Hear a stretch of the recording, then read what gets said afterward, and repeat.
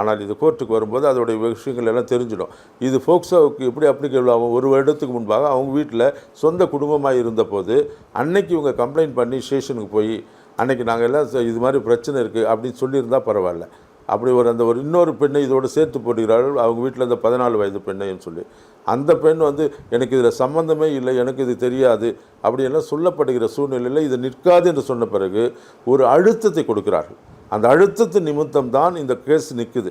அதுக்காக இவங்க என்ன நினச்சாங்க, இவரை அசிங்கப்படுத்த வேண்டும் பொதுத்தளத்தில். இப்போ அசிங்கப்படுத்தியாச்சு, எல்லா ஊடகத்தில் போட்டாச்சு, எல்லா இடத்துலையும் வந்துச்சு.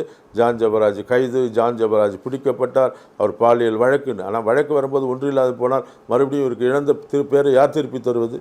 யார் சொல்ல முடியும்? ஆனால் இதற்கு அவர் முழு பொறுப்பையும் அவர் மனைவியும் அவங்க குடும்பம் தான் ஏற்றுக்கொள்ளணும். இவரை அவங்க செய்தது மிகப்பெரிய துரோகம் என்னவென்று சொன்னால், இவருடைய இமேஜை பர்சனல் அசாசினேஷன் செய்துட்டாங்க.